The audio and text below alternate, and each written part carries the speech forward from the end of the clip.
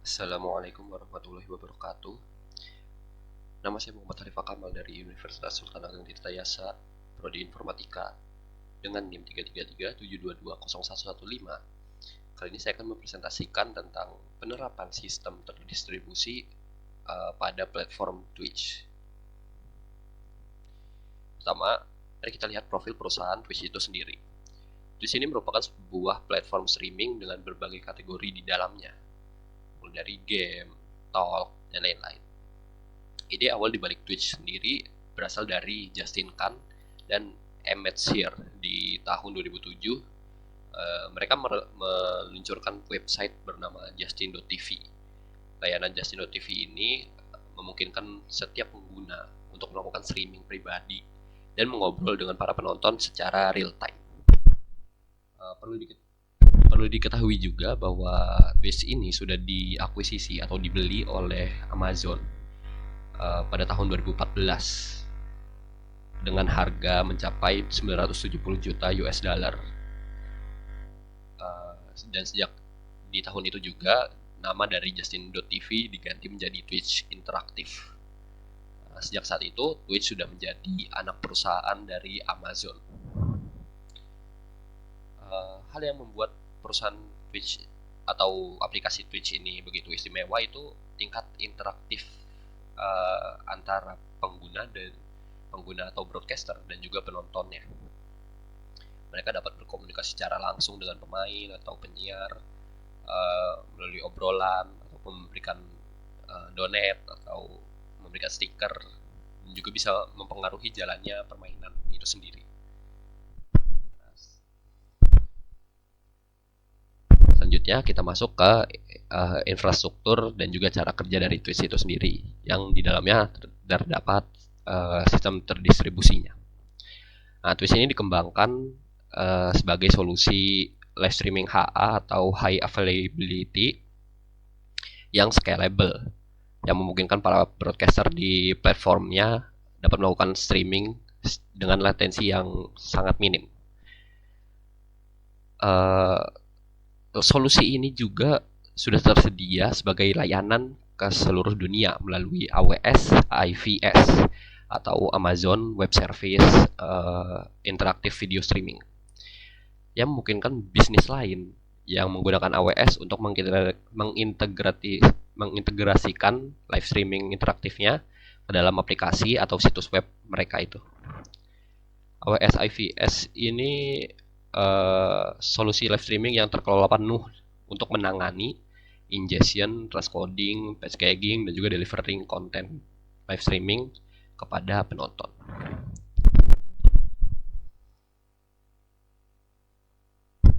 Selanjutnya, di sini ada gambar dari cara kerja Twitch pada masa lampau sebelum diganti nanti kemudian. Di sini akan menjelaskannya. Pertama yaitu ketika streamer atau broadcaster memulai siarannya, video mereka itu ditranscode oleh server Twitch. Lalu proses transcoding ini mengkonversi siaran menjadi beberapa format agar dapat diputar di perangkat viewer dalam kondisi jaringan yang berbeda-beda. Format yang telah ditranscode ini kemudian didistribusikan ke pusat data dan juga kepada POP atau Point of Presence yang beroperasi di berbagai lokasi di seluruh dunia.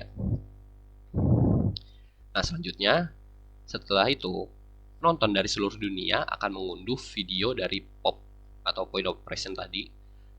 Jaringan cerdas memastikan saluran penyiar direplikasi di seluruh jaringan Twitch di dekat lokasi penonton mereka. Mereplikasi ini merupakan suatu masalah sebetulnya karena akan membebani seluruh jaringan dari Twitch itu sendiri. Replikasi data dilakukan berdasarkan metrik yang disebut reach, yang menentukan persentase orang dengan akses internet berkualitas tertentu dan kualitas streaming yang akan mereka dapatkan dari platformnya.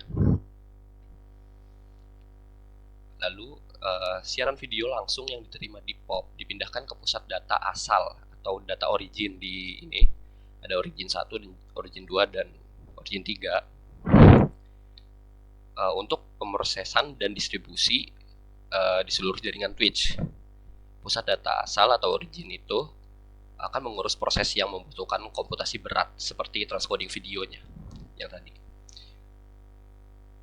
Awalnya Twitch ini memulai dengan satu pusat data asal atau origin di mana mereka memproses siaran video langsung. POP menjalankan HA proxy dan merutekan siaran ke pusat data asal. Namun, seiring dengan perkembangan platform dan peningkatan jumlah pusat data, pendekatan HA proxy menghadapi beberapa rintangan.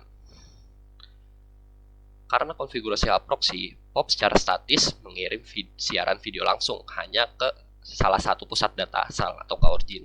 Salah satunya saja, tidak semuanya. Hal ini mengakibatkan beberapa penggunaan sumber daya infrastruktur yang sangat tidak efisien. Sulit untuk menangani lonjakan lalu lintas internet yang tak terduga selama acara online penting. Misalnya ada event-event dari game untuk menyiarkannya di TV, pasti lonjakan lalu lintas internetnya pasti langsung tinggi.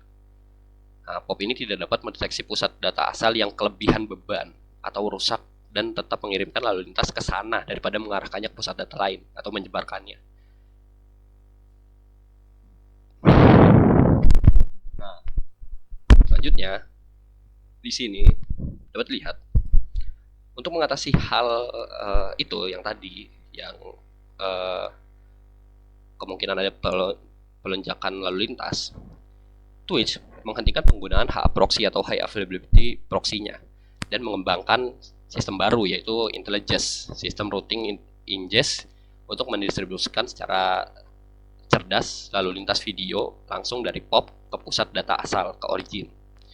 Arsitektur IntelliJS terdiri dari dua komponen, yaitu proxy media IntelliJS yang berjalan di setiap POP atau point of presence dan layanan routing IntelliJS atau IRS yang berjalan di pusat AWS ya, di Amazon Web Service ya. Nah, proxy media dengan bantuan IRS atau IRS lah, menentukan pusat data asal yang tepat untuk mengirimkan lalu lintas. Mengatasi tantangan yang dihadapkan pada saat penggunaan HA proxy.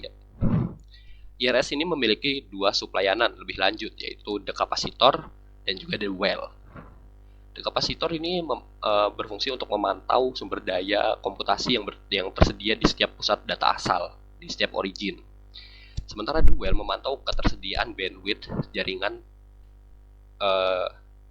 Dengan bantuan kedua sublayanan ini, IRS dapat menentukan kapasitas infrastruktur secara real time. Jadi ketika ada sesuatu yang di bagian origin yang melonjak secara tiba-tiba, POP-nya akan bisa mengetahui itu dan menentukan kapasitasnya dari originnya dan memindahkannya secara menyebarkannya. Jadi kemungkinan untuk pelonjakan yang sangat tinggi dan tidak adanya kelonjakan itu dapat diminimalisir. Hal ini memungkinkan Twitch untuk mencapai ketersediaan tinggi dalam infrastruktur mereka. Ya, sesuai dengan definisi dari sistem terdistribusi itu sendiri, yaitu lingkungan di mana banyak komputer atau perangkat yang bekerja secara bersama-sama untuk menyelesaikan berbagai tugas dan juga komponen yang tersebar di jaringannya. Jadi, ini merupakan sistem terdistribusi dari Twitch, di mana perangkat-perangkat dari broadcaster ataupun penyiar akan terhubung melalui POP dan dihubungkan juga ke AWS untuk pengaturan lalu lintasnya dan lalu akan dihubungkan ke origin juga, di mana dari video dari broadcaster ini akan ditranscode dan diproses juga.